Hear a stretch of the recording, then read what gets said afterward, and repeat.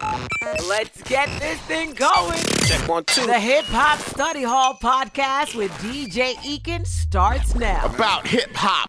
Explain to me what an NFT is, because Mims, I don't know what Mims. All I know is somebody pops up on my screen how much money they made with an NFT. All I know is somebody's on my screen, Mims, and man, you just don't understand. My NFTs is going for this, my NFTs is going for that. And you know, I read a comment here, I read a comment there. And so when I come on this Hip Hop Study Hall podcast, I plan on learning something. And I promised myself, I was like, you know what? I'm gonna ask Mims because I know he gonna know. That's my tech guy. That's one of my tech guys right there. Yeah. But seriously, in all seriousness, the NFT space that we're moving into. First of all, what is it? What is an NFT? So what NFT stands for is non-fungible token, right? I know that even in that definition of what it stands for, it doesn't really give you a clear indication of what it is. A non-fungible token is basically a token that can't be broken down, right? The way I explain that to people is I use Bitcoin. Bitcoin, even though there are only umpteenth amount of Bitcoins in the world, you can actually buy a small percentage of a Bitcoin. You don't have to buy a whole coin, which used to be a confusing thing in the past where people wouldn't invest in Bitcoin because they felt like they couldn't afford it at the time. And I'm like, well, you could put $100 in Bitcoin and you can buy fractional shares of it. Well, non-fungible token cannot be bought in fractional shares. It can only be bought in one token at a time. Why that matters.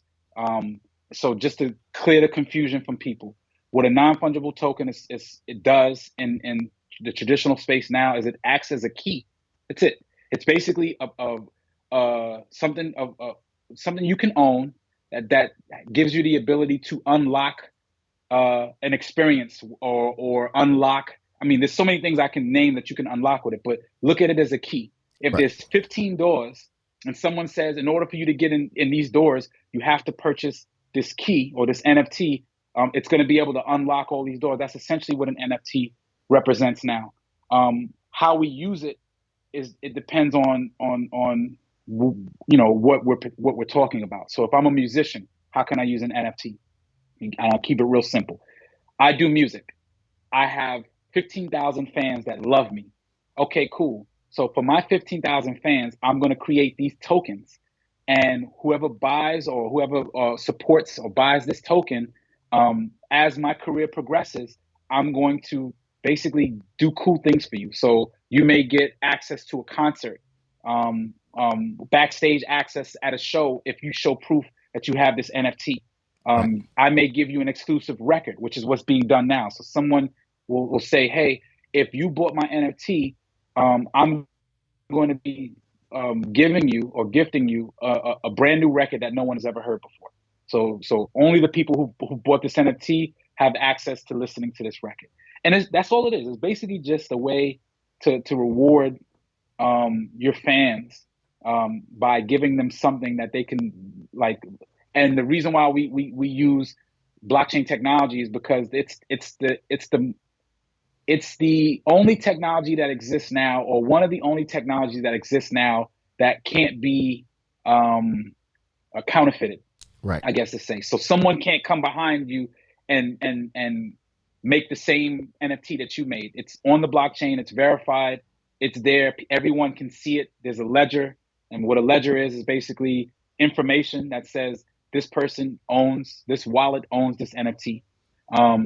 Now, if you think about that concept and how we apply it to music, you could legitimately apply it to any industry. And why it's so groundbreaking and pivotal and where we are at the time now. So, for example, I don't know if everyone knows who Picasso is, or Jean-Michel Baptiste, the painter, or Andy Warhol, and take any one of these prolific artists.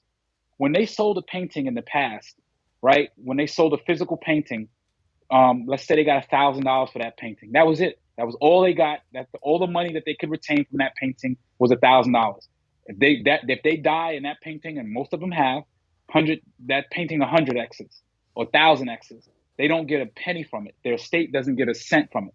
Well, with NFTs, if you're an artist, you can release digital art, and when you sell it, every time that art gets sold, you can retain a percentage or a royalty from it, no matter how many people buy it for years to come. Wow. So situations like that where it revolutionizes the art world and the art space. And the list goes on. Gaming, you buy an NFT, you own that avatar that plays that game. That avatar is unique to you. If that avatar goes into the metaverse and he wants to buy a sweater or anything for that nature, it's attached to that particular avatar. Let's say you decide you want to sell it, you can sell that and everything that comes with it. So there's a lot of different cool applications for NFTs, and it's still growing, by the way. Like where NFTs are going, it's going to get a lot more confusing than what I just said. Right. For sure. So basically what you're saying to me though, is I have to have something that people are interested in though, in order to probably have an NFT, because that's how it gets value, because people are interested in being a part of it or having it. Like you said, an experience, whether it's like you said, I have this record and you one of my core fans that I got, and you are exclusively going to be in this thing or in this concert I do. That's, but you have to be a product or a service or something that people are actually interested in order to probably become an NFT of value, is what you're saying to me. I believe so. And I think, we may see situations where someone may put an NFT up today and no one ever looks at it. And then someone maybe comes 10 years from now and says, man, I like that. I want to purchase it just because it interests me. Then maybe we'll get to that point. Right now, where we are is the value is in the community.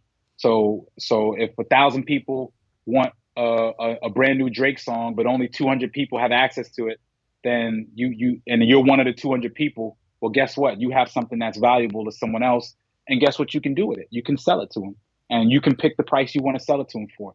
So just to give you an example, there's an NFT community called CryptoPunks, which was like one of the first NFT images. We call it PFP, but NFTs that were created.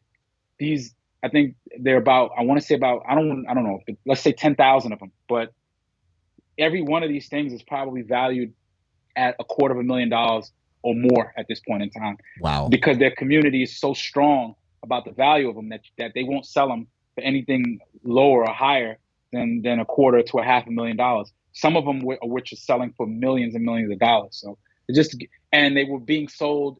The original price on them was like maybe $200. So wow. So people have changed their lives financially, being in the space and understanding the space. Whew. It's a lot going on out there in the tech world and the digital world. I see you, and I hope that you are enjoying this Hip Hop Study Hall podcast. It's your man DJ Eakin. If indeed you are, don't forget, man, hit that subscribe button. All right, so you can get the alerts of when every new piece of content drops. All right, we here. It's Hip Hop Study Hall, y'all.